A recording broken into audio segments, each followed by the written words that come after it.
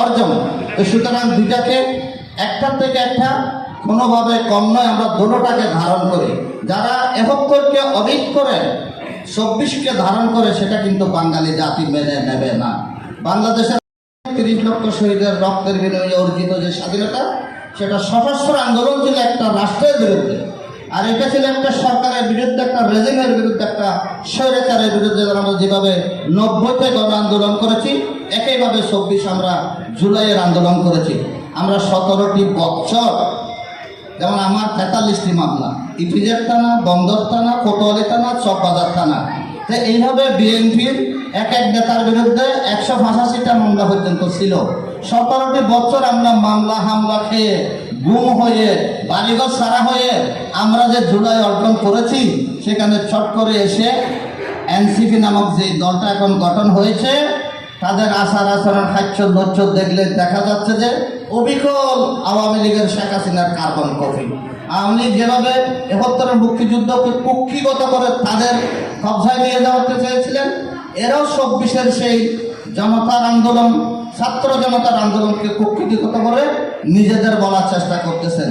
এই 5-7 জন ছাড়া এনসিপির মধ্যে জুলাইয়ের অবদান আছে, যেরকম আর কেউ আছে। আপনি যদি মৃত্যুবরণ করে দেন, এরকম তালিকা করেন, এনসিপির মধ্যে পাবেন না।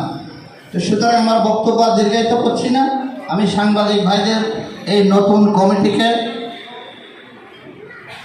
শুভেচ্ছা ও অভিনন্দন জানাচ্ছি যে হাঁটি হাঁটি পা পা করে আপনারা একদিন এখানে অনেক বড় হবেন। স্বাধীন বাংলাদেশের প্রথম যে পত্রিকাটি ছিল সেটা হচ্ছে আজাদি। আজকে আজাদির অবস্থান কোথায় দেখেন। এভাবেই হবে, এভাবেই হবে।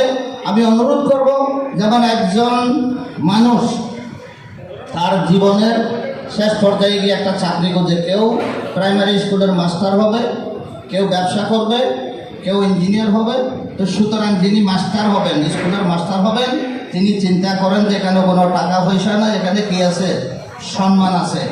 ওনার ছাত্র যদি কোনোদিন মন্ত্রী হয়, ওই শিক্ষককে ফাঁয়ে ধরে সালাম করে, এরকম একটা সম্মান আছে স্কুলের টিচারের মধ্যে। সেখানে কোনো টাকা পয়সা নাই। মসজিদের ইমাম সাহেবের বেতন অত্যন্ত কম, কিন্তু তার সম্মান আছে। একইভাবে আমি অনুরোধ করব, সাংবাদিকতা এমন একটা পেশা, এটা আগে ছিল না, এখন একটা সাবজেক্ট হয়েছে।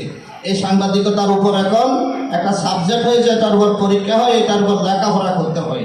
তো সুতরাং এটা কোনো ব্যবসা নয়, এখানে দ্রুত টাকা পয়সা আসার কোনো সুযোগ নাই।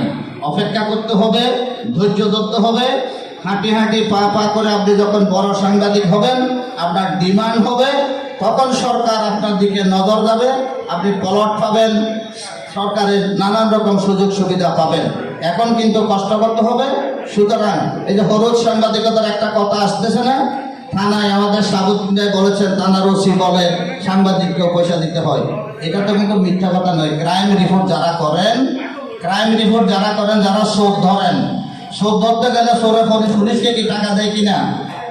পুলিশকে টাকা দেয়। তো পুলিশ ধরার জন্য আছে, ক্রাইম রিপোর্ট যারা করে সেরকম সাংবাদিক, তাদেরকেও তো টাকা পয়সা দিয়ে ম্যানেজ করতে চায় আর কি। এটা আমাদের দেশে ঘুষ, দুর্নীতি, এটা সামাজিক ব্যাধিতে পরিণত হয়েছে।